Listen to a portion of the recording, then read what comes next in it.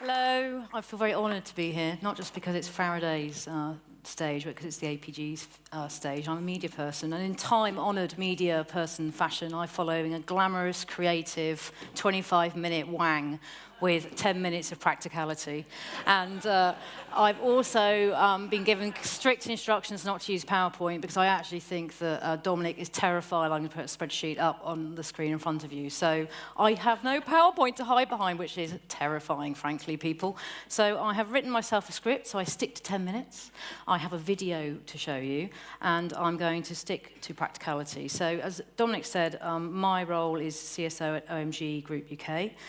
The part of my job that I'd like to talk to you about today is the application of technology to the media buying or planning process in its entirety, and what inspiration that might provide to a room full of planners, because we are part of organisations that are in the face of digital difficulties. I'm not using challenges, thanks to Suzanne's earlier point. And I stand here before you because, like everybody else, I think, today, I believe that strategy versus robots with implications of superiority are really not the point. From my perspective, the issue actually is relevance. The relevance of every single person in this room, and the relevance and effectiveness. Therefore, the role of agencies for clients, more pertinently, the evolution of our services to maintain relevance, and specifically, the breakdown of silos between media and advertising practitioners and a spirit of collaboration with shared goals. Because without those, we ain't going to get very far, people. Dominic's asked me to show you not the why, you've heard lots of whys today, but actually the what and potentially the how. So how do we, as agencies, and particularly in the media environment, how do we get our heads around the possibility of change? How do we move through the theoretical? How do we move through the gifts and into the practical? So I'm going to share with you a story about an agency called PhD, which is part of the OMG Group. And it's a story that we wrote for ourselves about our business and the potential of our business for our people so that we could move rapidly forward with developing services and products that we thought would help our clients. I'm going to show that to you, and hopefully it will inspire you. You may not agree with it all, but it's there to create a body shock, and that's what it was there for our people. So if you could roll VT, that would be great. It's hard to imagine our world without artificial intelligence, a technology now evolving around us at an exponential rate. Yet we lived in that world not so long ago. Back in 2015, we were marveling at the speed of change, how slow we would consider that change now. It was 1936 when Alan Turing developed his hypothetical computing machine, and 1943 that saw a computational model for neural networks developed based on algorithms. By 2011, Apple had integrated Siri into their iPhone. Google released Google Now, and tech giants began to meaningfully explore the potential of AI. Soon, Skype became capable of translating between languages in near real time. Objects were listening to what we were saying. And AI was listening to our machines. Washing machines assessing detergent quality, cars judging petrol efficiency, and homes managing their own energy usage. An abundance of real-time data, marking a new era of preemptive marketing. 2020 was the year that the self-driving car became commercially available. It was also the year objects, social networks, and smartphones were producing so much data that ad bidding was conducted in real time by artificial intelligence. 2020 was also the year our virtual personal assistants became sentient-like and began editing the world for us. They understood everything. Every ingredient, every location, every price, every possible way of booking, cancelling, and amending. AI understood our intentions, often before we did. We spoke naturally to them, and they back to us. They understood and communicated on our behalf to other VPAs, two algorithms making all the necessary arrangements. Our VPAs now recommended products and experiences. A simple yes from us, and they scheduled and made the booking. For the big media agencies, algorithm speed became the final competitive advantage. By 2023, we had outsourced our decision-making to our artificially intelligent VPAs, which now made purchase decisions on our behalf. They bought when they knew we were running out. They change brand when they realize our preference had changed. If we'd been told in 2015 that in less than 10 years, marketers would be advertising to machines to persuade them to buy their products, we'd have found it hard to imagine. By now, the job of marketers was to convince machines to buy. Brands sought the best human reviews to convince algorithms to purchase their products and services. Which brings us to 2029. Machines have human levels of intelligence. They tell us jokes. They flirt.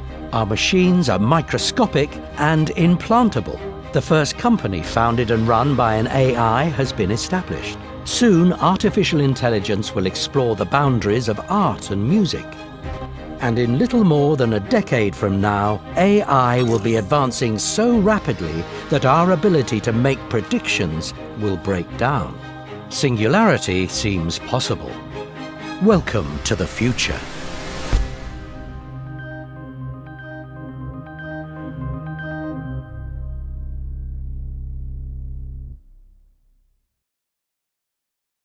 That's an unashamedly media-focused view of the future. It talks about algorithms marketing to each other, and no doubt you'll have noticed that there is less advertising in the world that we painted there. It's more about service interventions. And I can't believe I agree with Russell. You know, that is what we're seeing today. I mean, media agencies, this is part of the today.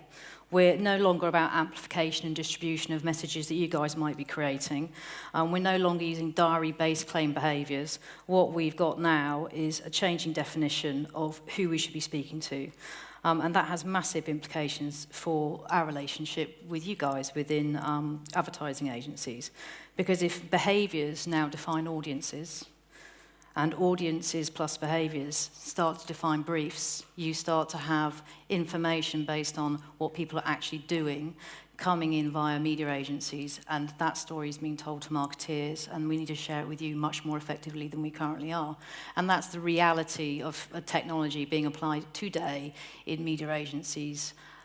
So AI and all the rest of it, who cares? Algorithms are real, Google Assistants are real, and clients want to know what people are doing, not what we think they're doing. And that's a really big challenge for everyone in this room in terms of, you know, claim behaviours and research groups.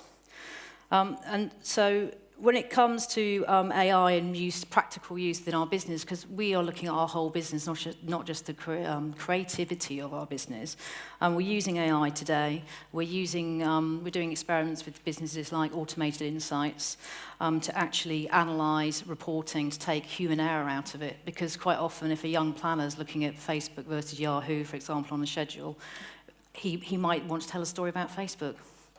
Whereas if AI actually prioritises and says these are the things we should be looking at, you can then put your narrative on top. So we are using AI today.